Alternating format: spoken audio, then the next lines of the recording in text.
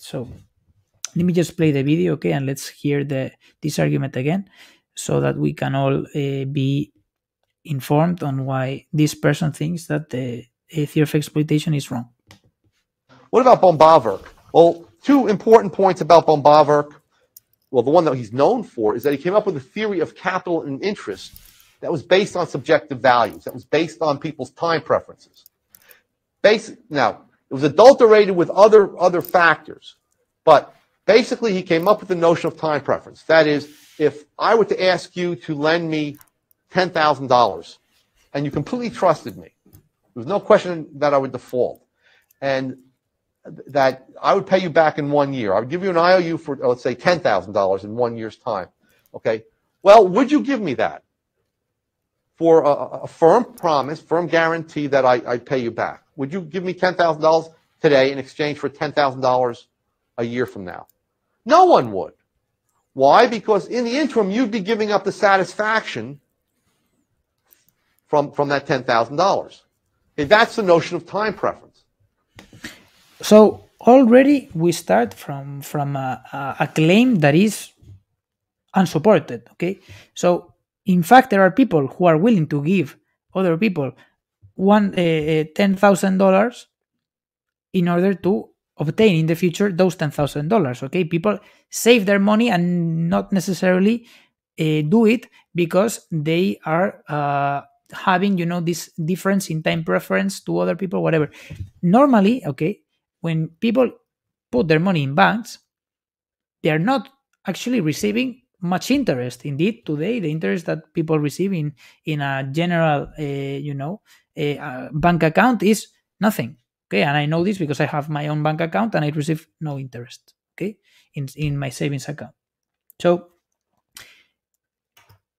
if this is the case, then it is certainly not true that people will always say, "Oh no, I'm not going to give you $10,000 today because I value more consumption today than consumption tomorrow, and therefore, if I'm going to give you this $10,000, then you're going to have to give me more."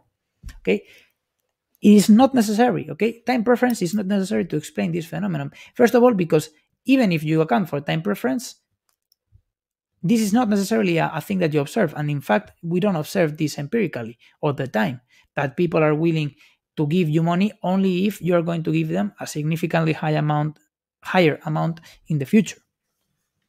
Okay, so we start already by very shady grounds. And notice here what he has said, okay, that von Bauwerk built his entire theory of capital, okay, and the interest rate and everything on subjective preferences. And just think for a moment what this means. Okay, he built an entire theory of social phenomena, of objective social phenomena, on a subjective individual substance. That is not even something that we can, in a sense, measure in any kind of way. Okay, which is this preference, and in particular time preference. Okay. What is time preference? How can we test for these things? There's no way. Okay, so he's already starting with the premise that von Bauwerk, and indeed this is the case, gave an account of objective social economic phenomena based on individual subjective time preferences. And so already we start from the premise that there are two distinct categories of things, one which is the subjective, the individual, and another which is the objective and the social. And he's trying to explain this one, okay, the objective and the social, from the subjective and the individual. Is this a sound scientific enterprise? Already from the beginning, is this a sound scientific enterprise? It's not. It is not a sound scientific enterprise. Okay. These are two things that are of different order, of different nature. They're different categories. And sure, they can be related in certain ways, but the subjective cannot explain the objective.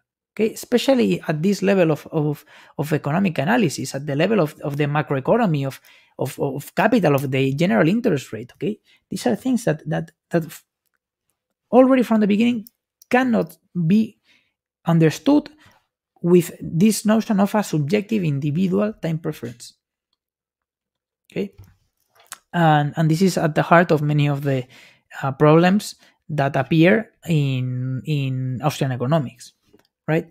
So the argument here is basically the following: is okay, people have different time preferences, right? And there are people that value consumption today more than other people. Okay, and there are people that value consumption tomorrow more or less than other people, right?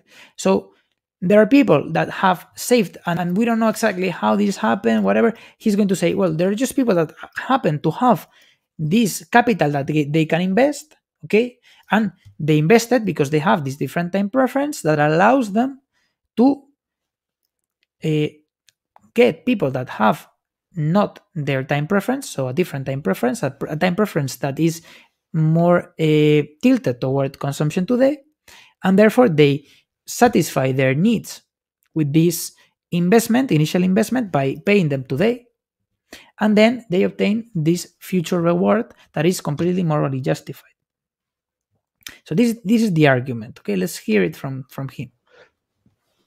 Well, what Bombavak pointed out was that future satisfactions have lower value than present satisfaction. A future sum of money has, dollar for dollar, a lower value than a present sum of money. So therefore, if I offered you 11,000 future dollars for 10,000 future dollars today, you're not exploiting me by taking 11,000 a year from now for 10,000 today. You see, we already start, okay, with this notion of, okay, you're not exploiting me. What does he mean by exploitation? Because what he probably means by exploitation is just, okay, this concept of a robbery, okay, some kind of an immoral, completely, a criminal behavior, okay, of a robbery. That is what he, in his mind, is thinking about when he says, exploitation. But the Marxist theory of exploitation is not a theory that says that it is, in fact, an act of robbery in this sense. It is an act of an immoral, criminal act to offer people a wage in exchange for the goods that they produce, and then to sell them, and then to obtain this profit. Okay, so obviously this is not something that we are claiming. Okay? We're not claiming that this is this kind of criminal activity behavior. First of all, because obviously, if we're talking about the capitalist legal system, this is obviously legal, perfectly legal, and perfectly, perfectly justified practice within capitalist societies. So we're not disputing that. We're not disputing that this is. We're not claiming that this is some kind of a inherently immoral thing. But nevertheless, what we're claiming is that in the production process, because he's obviously framing everything from the perspective of exchange, and this is something that they like to do a lot in these schools of economics, because by abstracting from the particularities of the production process in capitalist societies, what they do is just they look at things from a perspective that is uncomplicated, and that at the level of a moral theory proposes no apparent problems, okay, which is just at the level of exchange, at the level of individual preferences, and all that level. And by analyzing things from that level, from that standpoint, what they are basically is just concluding that, okay, there doesn't seem to be any particular problem. But of course, in order to attain that particular conclusion, what you need is to abstract from what Marx and what Marxists do not abstract, which is the production process, and the motivations and the social pressures that lead to the extraction of surplus value in that production process, and to the general patterns that emerge from this notion of surplus value extraction, right? So when we are talking about a labor contract, when we are talking about capitalist labor contracts, and this is not as simple as, okay, I'm going to pay you 10,000 today in exchange for 11,000 tomorrow. Okay, it is not. This is not as simple as that. In capitalist economies, okay, the production process, first of all, workers need not be paid immediately, need not be paid exactly at the moment that they begin production. Okay, this is not something that is necessarily the case. Okay, many workers work for years actually without receiving any pay. So already, if you are trying to present this as a general thing that happens all the time, then you are from the very beginning not reaching a good conclusion. Okay.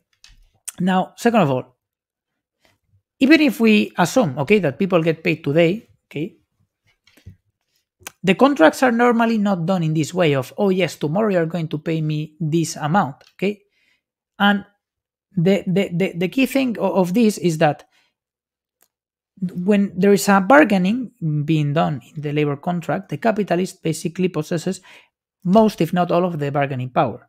Of course, there are certain extreme cases where the worker has more bargaining power, but for the most part, capitalists are the ones that possess the higher bargaining power. And normally, workers, what they do is they accept the wage offer or they decline a wage offer that is made by the capitalist. Normally, this wage offer is also given to all of the workers of that same type. Normally, when a company posts a job offer, they post the job offer with the salary that they want to pay upfront already, or they leave room for some negotiation where in the end the difference in that the salary from the original to the last one is marginal. Okay, so this is to begin with how these contracts work. But even if we abstract from that part, from the contract itself, because the contract is not really the interesting part, the interesting part is not the exchange that occurs initially. The interesting part is what happens in the production process. And what happens in the production process is that workers work above and beyond the initial investment that was made on purchasing their labor power and the raw materials and the machinery, and they create a surplus. Not always, obviously not always, because not all production processes are profitable. And this is something that that is well understood in business literature, and in economics, that most of the time, actually, if you start a business, you're most likely going to fail at some point, right? And the reason for this is because of competition, because of many other factors. But those factors really are unimportant in the basic question of, for there to be positive profits, there needs to be a material basis for those profits, which is represented by the creation of surplus value. Okay, and this is undisputed in this video. Okay, what Joseph Salerno is going to claim here is not that this doesn't exist, but that this is justified. Once again, that this is justified because of different time preferences. Okay, so he presented us here with this very basic contract where it's just, okay, I give you 10,000 today and tomorrow you give me 1,000, 11,000. Obviously, this is not as simple as that in the real world. But even if we were to grant that things are as simple as this doesn't exclude us from the fact that in the production process, there has been a creation of surplus value, and that the distribution of that surplus value, okay, brings about certain tensions, certain class tensions in the production distribution of this surplus that is created, that are real and that are existing pressures that obviously cannot be understood within the framework, the moral framework of the Austrian school, because in their framework, everyone is doing something that is in accordance with their time, with their preferences, and therefore everyone is better off, and therefore everyone is, doing as best as they can. And in this theory, there cannot be any social class tension. It is impossible for there to be some class tension because everyone is doing the best that they can according to their preferences. But in reality, we do observe class tensions, and in reality, we do observe a general, in a sense, struggle between the different parties in these contracts of capitalist production and distribution. So already we start from a premise that of an ideal world where everyone is doing this according to their preferences, and in this ideal world there shouldn't be any class tensions. But in reality, there are class tensions. So obviously, this is not a flaw of the real world, but a flaw of the theory of these people, because it doesn't explain something that we do observe in the world, which is this class tension. Okay, people are not actually, doing the best that they can. People are not actually being fully satisfied in this sense of, in the constrained environment that they're not maximizing, their utility, because obviously people are asking for more. People are asking for better working conditions. People are asking for better pay. People see, okay, in some instances, the huge disparity in their income with respect to the income of the people that employ them, and this is something that leaves them unsatisfied. And the reason for this is because their theory is not a good description of the real world. What we need is an actual theory of the world, not a theory of some ideal, place where everyone is engaging in this voluntary, ideal transaction, and this produces, this ideal outcome where everyone is better off. All of this theological, basically, to say it in terms that are appropriate. This theological argumentation. Okay.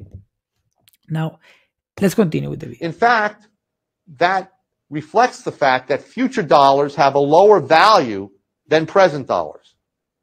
Because in making the loan to me, you forego all the satisfactions that you could have attained for that year. What von Bawerk pointed out was that this is not only true in the loan market, but it's true when a capitalist invests in the structure of production. And he used the orders of goods that Menger used. Okay, and he called it the stages of production. So if it takes me 5 years to build a car, okay, then, or let's say I'm in the assembly stage of an automobile, and I know that I can produce a certain number of automobiles that will yield me $1 million 1 year from now. Would I be willing to pay the workers, and let's forget about the raw materials and so on, let's just assume the workers are, would I be willing to pay the workers the full $1 million? Well, of course not. Okay, no one else would. Okay.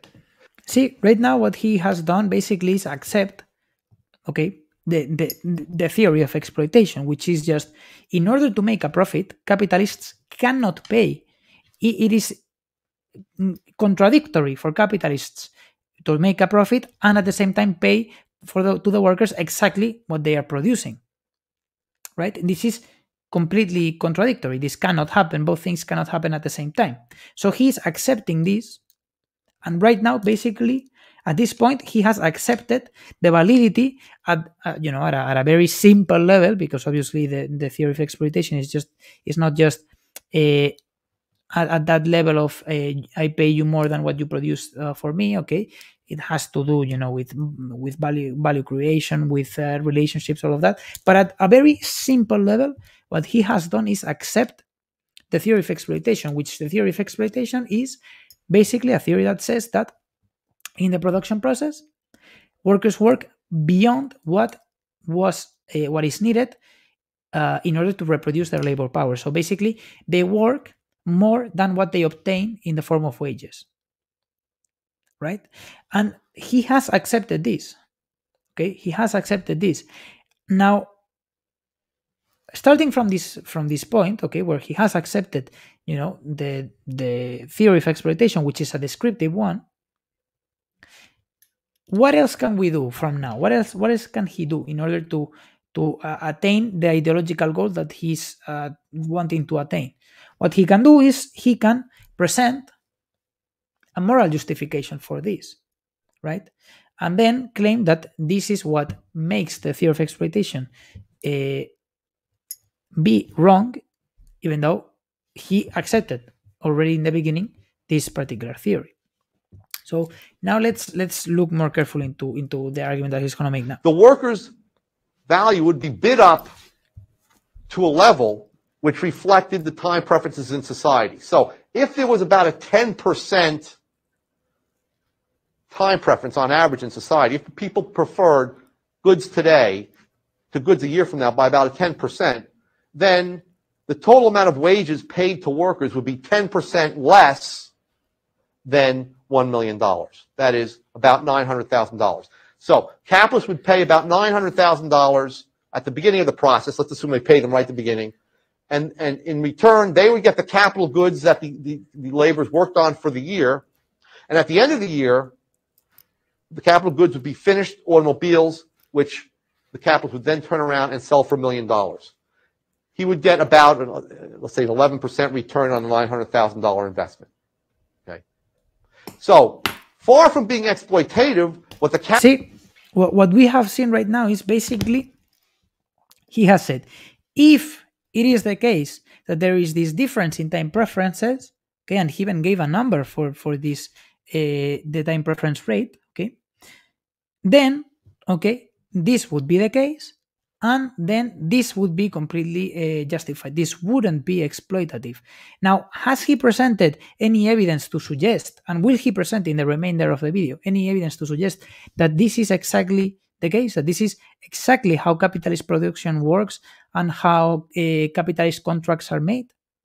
No, he's not going to present any empirical evidence. He's just going to say, if there is this difference in time preferences, then this is what we expect there to see, and then this is morally justified. But is he giving us any reasons to believe that this is the case, that the reason why exploitation exists is because there is a different time preference between capitalists and workers? No, he's not giving any empirical reason, right? What Austrian economists are going to do, and this is a trick, okay, and this is a very sneaky trick, is to say, well, I know that this is the case. I know that there is this different time preference because I observe in the real world that there is this difference between what workers get paid and what they produce, right? So then they're going to play this sneaky trick of a circular argument where they say, okay, it is the time preference that produces this outcome, and then how do you know that it is the time preference that produces this outcome? Well, because the outcome exists, because the outcome is what we observe. Therefore, in my circular logic, it should be my proposed solution, the one that best explains this. Do you need any empirical evidence? No. They don't need any empirical evidence. And this is why, in their theory, empirical evidence, for the most part, is almost prohibited. Okay, sure, there are some Austrian economists that accept the validity of empirical testing. Some do it, in a manner that is that resembles a little bit like a person that believes in homeopathy but is about to die, and then some doctor is proposing to them an actual medical treatment, and they, in this way, they say, okay, give it to me because otherwise I'm gonna die. Well, sometimes Austrian economists, in fact, I believe that the majority of Austrian economists that today accept the validity of some empirical evidence, they accept it in this particular fashion, okay, in this spirit of, well, yes, I mean, I'm going to accept it because otherwise I'm just going to die. There's no there's no future for me if I don't accept this. So they have to accept it in a, in a manner that is not a scientifically minded, interested manner, right? And then there are some that truly believe that Austrian economics should be grounded in empirical evidence, but those are, for the most part, I would say, the minority of Austrian economists throughout history and even to this day, right? Now, the reason for this is because as soon as you try to put this to empirical test, you're going to find yourself with a huge amount of issues, right? First of all, you're claiming that it is some subjective, individual substance that explains this social phenomena. How can you go about and look at that individual substance? How can you subject it to any testing? You can't. So obviously that already from the beginning precludes them from engaging in this particular kind of economic testing. Second of all, their conclusions are so ideological and so interrelated with the normative that in reality they are not, for the most part, they're not even proposing descriptive theories that can actually, be the grounds for scientific falsification. Because in the end, what is his conclusion? His conclusion is not. His conclusion is really not an empirical conclusion. His conclusion is a moral conclusion. His conclusion is this contract is not exploitative. Why is it not exploitative? Well, because I have invented this notion of different time preferences that completely justifies it in this ideal world the particular phenomena that I'm trying to justify.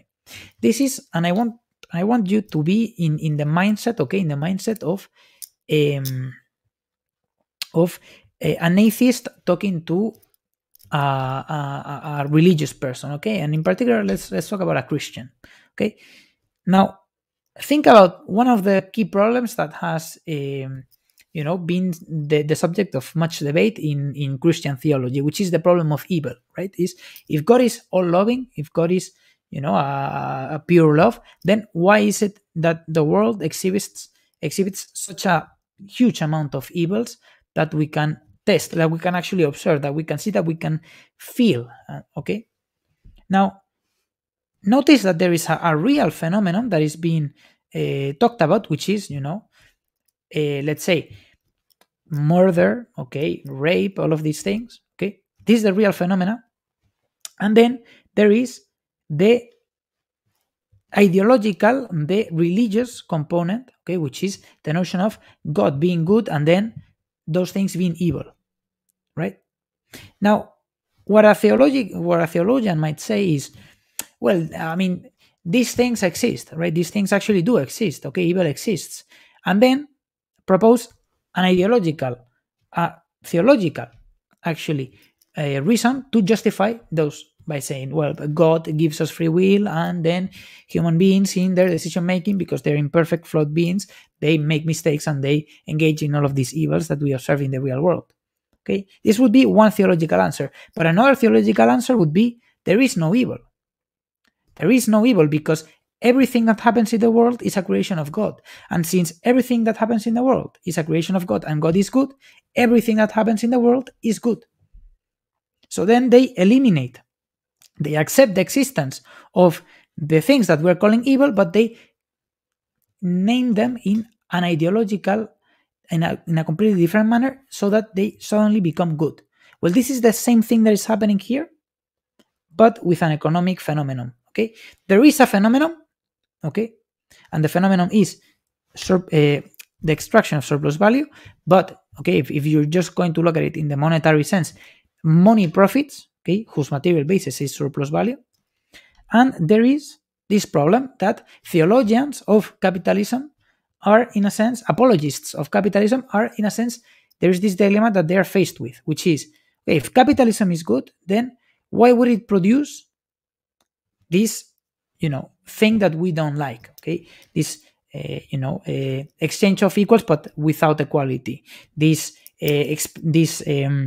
extraction of surplus value that produces class tensions, that produces many other economic phenomena that are, in general, things that are not good.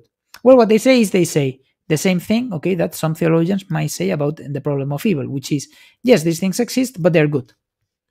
And why are they good? Because they are the product of God, and God is, everything is good in God. So therefore, those things have to be good as well.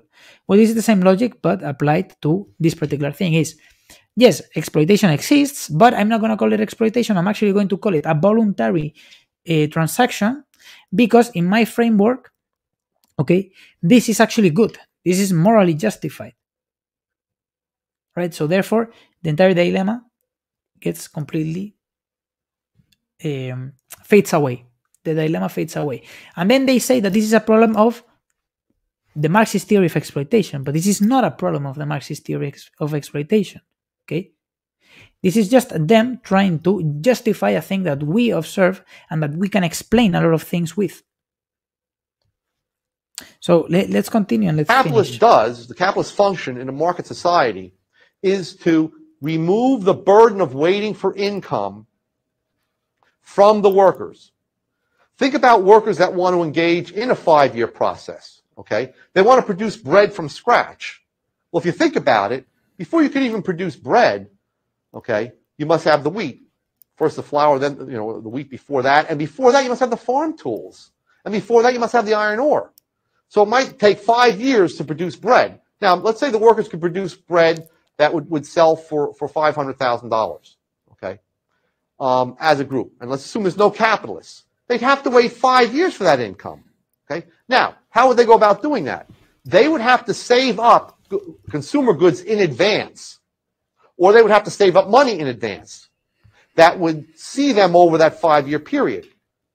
However, if there's a capitalist there who's already done the saving, and the capitalist invests the money, and in fact, it would be a series of capitalists, different ones owning different stages, they pay the workers every 2 weeks, or every week, or whatever it is. So the workers don't have to wait for the 5 years until they get paid. They get paid every week or two. And they're willing then to take less than their marginal revenue product, less than the revenue they add to the final output. That revenue is discounted, as in the case of the auto workers, by the interest rate. See, notice how he's framing this, okay, within this notion of they are willing to give up, they are willing to earn less than their marginal product. See how he's framing this, okay? He's framing this as in what I was talking about before, which is the thing that everyone is doing the best that they can according to their preferences and according to their circumstances, and therefore everyone is willing to do that particular thing because of some inherent, subjective preference that directs them to do that thing, and therefore everything is morally justified because it is something that people will. It is something that they will into existence. This is an outcome that is willed into existence by individual economic agents, right? This is how he justifies this. Okay, and then he's going to claim that the revenue is discounted, okay, by the interest rate, which, this is just their theoretical conclusion, but obviously this is something that in practice doesn't make too much sense, okay? And this is something that you can look at the criticisms made at this theory to see that. But in any case, I want you to see the theological reasoning behind all of this, okay? These people are apologists to the capitalist mode of production. This is what they are, okay? And what they have encountered with Marx is a moral dilemma. And the way that they are solving the moral dilemma is the way that many other theologians in other religions have done, which is by either acknowledging the thing that occurs and then justifying it in some way, or by claiming, well, this thing exists, but it is not what the people that describe it as it actually is, it is not what they say it is. Okay? So there are different approaches that one can take, but nevertheless, all of those approaches have in common the fact that they are pure ideological. They are not interested in understanding the phenomena, in bringing about a good economic theory that makes predictions, that explains, the observed reality, but rather they're interested in giving us this idealized framework of perfectly rational individuals maximizing their utilities subject to the constraints that they find themselves with, and willing into existence outcomes that are, in a sense, Pareto optimal, that they are the best everyone can do in their particular situation, and that you cannot make somebody else without making somebody else worse off. You cannot make one better off without making another one worse off. Okay, so this is that ideal framework that they're presenting. Does this explain the real world? No. The only way in which this explains the real world is just by accepting some of the features that we observe in the real world. So see that here he accepted the existence of a surplus. Okay, he accepted the existence of a surplus, right? Which is something that we observe, something that exists. But nevertheless, he took that surplus and he placed it in a completely different world, not the one that we live in. And then he said, okay, from that ideal, the actual is justified. Okay, this is what they're doing. So every year they get a certain salary that's, let's say, 5% per year less than they could have gotten if they were willing among themselves to produce the good and wait 5 years for the income. That's the return of the capitalist. It's not exploitative, okay, as Marx claimed, even though the capitalist sat back and did nothing, even hired the manager of the plant, just sat in his chair and was, in Marx's term, a rentier, or Keynes's term, a rentier, someone who just collects, clips coupons from bonds, from investing, and lives on that. The capitalist has done something.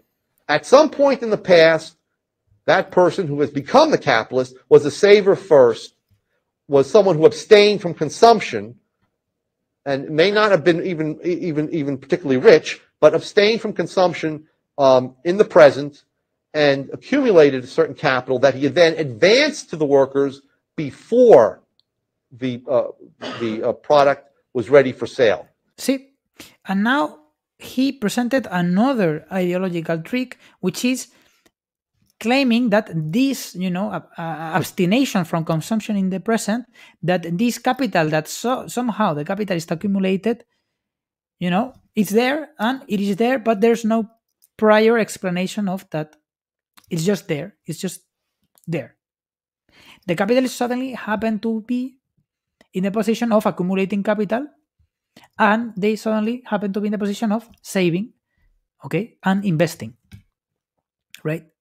Now, just imagine how this looks, okay, from an analytical perspective, from a scientific perspective. Things don't just happen someday. The things are not just like given to you. Okay, sometimes in your models, obviously, you need to take certain things as givens, but the things that you take as given, okay, also need to have some explanation. You need to give some intuition as to where they come from, even if in your model they are exogenous, right? And here what he is basically assuming is that the capitalist happens to have, this particular capital, and they accumulated somehow this capital. Where if you go to the theory of exploitation in Marx, okay, what you see is that capital gets accumulated, okay, in the circuit of capital, okay, and it is in a self-reproducing cycle, okay. It's a cycle where through a given investment there is a production process. This production process yields a surplus, and then that surplus can be used in a further production, and again and again and again and again. And of course, in order to have this process start, you need some primitive accumulation, and this primitive accumulation historically is not this, oh my god, suddenly these people happen to have this money that they saved up, they abstained from present consumption. No, historically we know that primitive accumulation has been produced by, first of all, has been produced by warfare. It has been produced by stealing. It has been produced by displacement, and it has been produced by many factors that, of course, are not ideologically convenient for this particular analysis that they're making here, right? But nevertheless, we should keep in mind, okay, that capitalists don't suddenly appear and they have this capital. Okay, this capital comes from somewhere, and it comes generally from the circuit of capital, from prior investments that have been made that yielded a surplus, and the capitalist, by means of the structure of capitalist societies, is entitled to that surplus from the very beginning of the production process.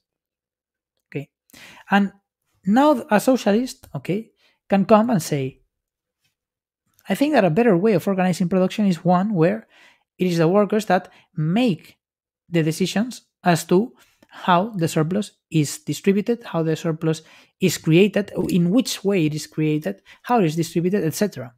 Right? And this is a fair thing to claim, and this is something that I actually support. But notice how we begin from the empirical basis of this is something that exists and produces class conflicts, that produces tension, and that has historically been the source of a lot of tension, a lot of conflict, a lot of warfare. And now we say, okay, we believe that there is a way of organizing production which eliminates at least some of this conflict, okay? That at least remains at a level that is above what we already have, okay? It's not the end all be all, but it's at least better than what we already know, than what we already have. But we cannot even make this argument within the framework that they have created, the moral framework that the Austrians have created, because in their framework, if you move beyond that ideological, voluntary interaction, different time preferences are the ones that explain the phenomenon, and therefore the phenomena is explained, is justified and explained, etc. Then, if you move away from that, then you're immediately just some kind of a totalitarian, abhorrent human being that cannot be understood as a rational, moral agent, you know. And this is because what they have created here is, again, a moral framework, not a descriptive scientific economic theory, from which they can then build some kind of a proposal for a future and present organization of production and distribution.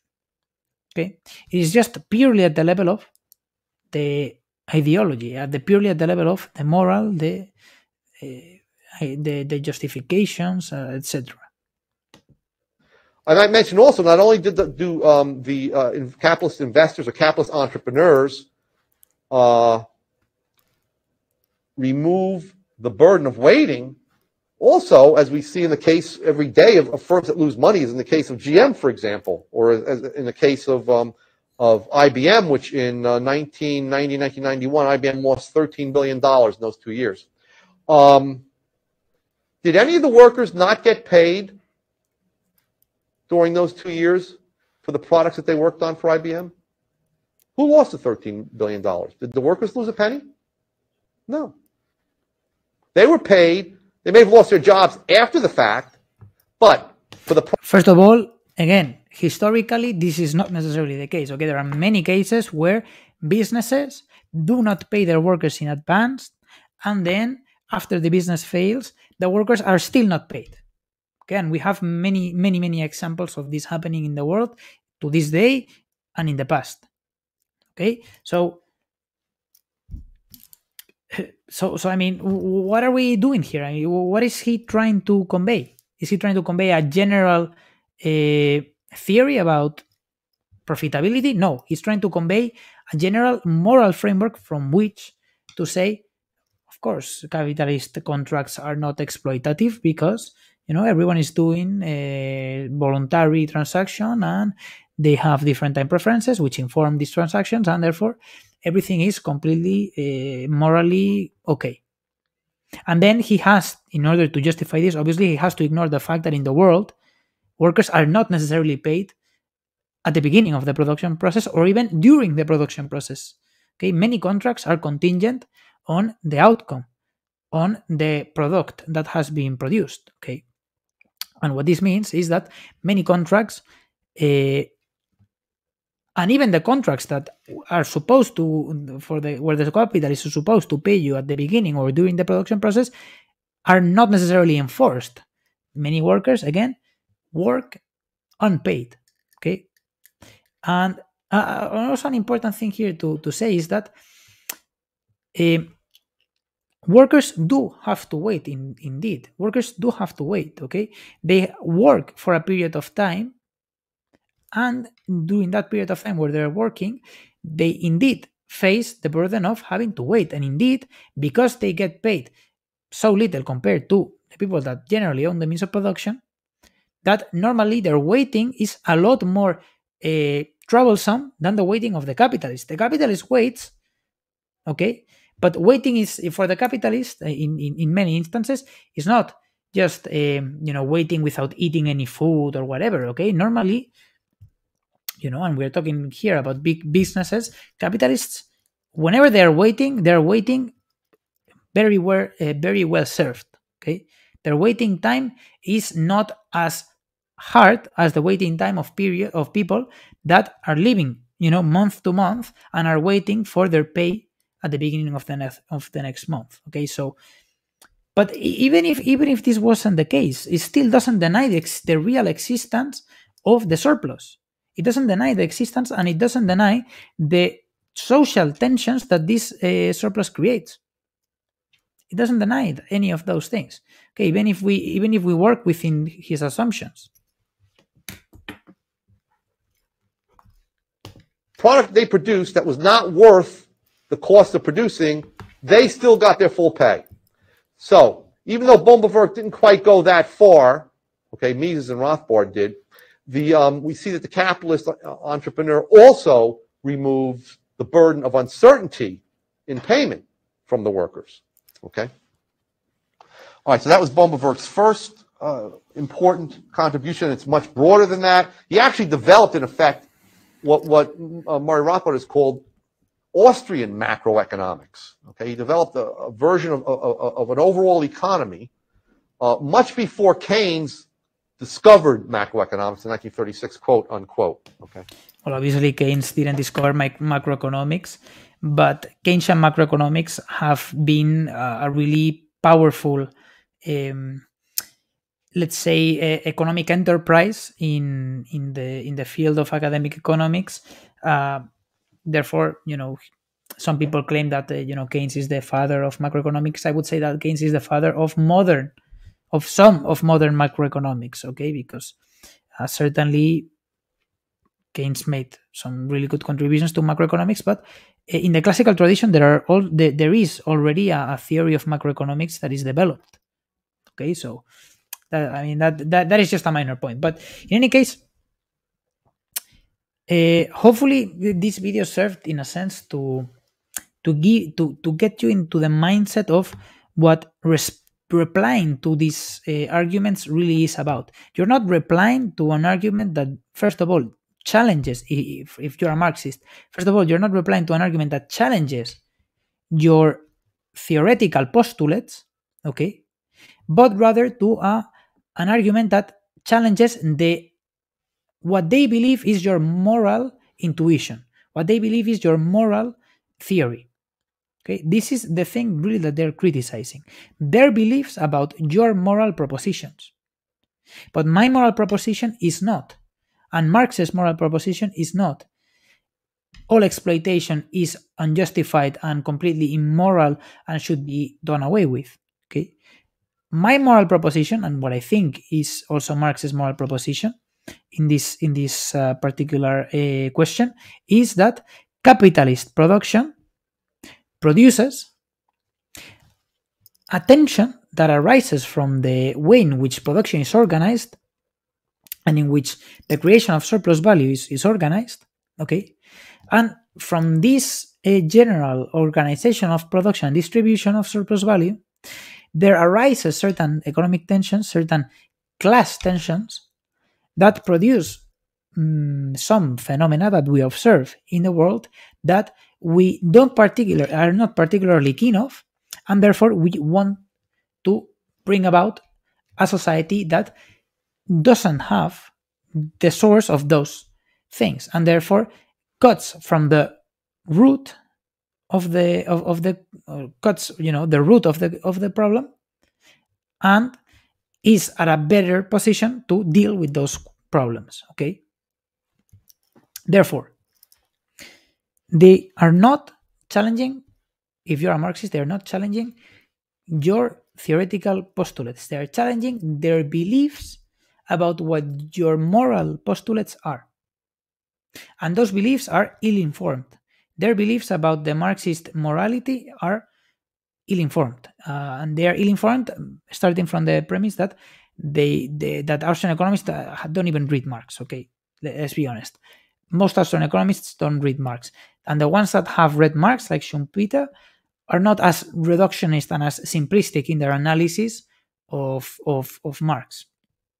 Okay, and of course we can still contend with their criticisms, but at this level, these kinds of criticisms on the theory of exploitation and so on and so forth are completely misguided. They are not directed at the Marxist theory of exploitation, they're guided at something else. And then, even if we accept their challenge, which is the moral challenge that they're presenting, not the actual economic scientific challenge, but the moral challenge, even on those grounds, they fail. Because even in those grounds, they don't produce a theory that morally justifies capitalist exploitation. Right? And we already noted why. Because they are working on the assumption that everyone is engaging in these voluntary interactions that are informed by their time preferences and that yield, kind of a Pareto optimal solution. And this Pareto optimal solution is justified on the grounds that we want, people to maximize their utilities and so on and so forth. Even if you were to take the moral challenge, it doesn't make any sense, because that is not what happens in the real world. In the world, we observe something that their theory says we shouldn't observe, which is class tension, class warfare, all of those things. What do some of the Austrian economists do? They try to explain those things by appealing to, again, the theological explanation that I said. Free will, okay? God gave you free will. So in this sense, what they say is, it's not God gave you free will, is there is the government, and the government produces all of this, is the one that motivates all of these things that we don't like. The other theological explanation is, well, these things that are apparently not likable are actually likable because they are the result of this utility maximizing procedure. So hopefully I give you some tools to deal with these kinds of arguments. Hopefully I give you some tools that you can use in order to argue against these postulates that the Austrian economists of this nature propose. And really the thing here is just to note that there's no challenge to any of the Marxist economic corpus contained in those particular criticisms, right? Really, what they are doing is they are hitting a straw man very hard, and pretending like what they're doing is tearing down the Marxist economic enterprise, which is something that they're not doing.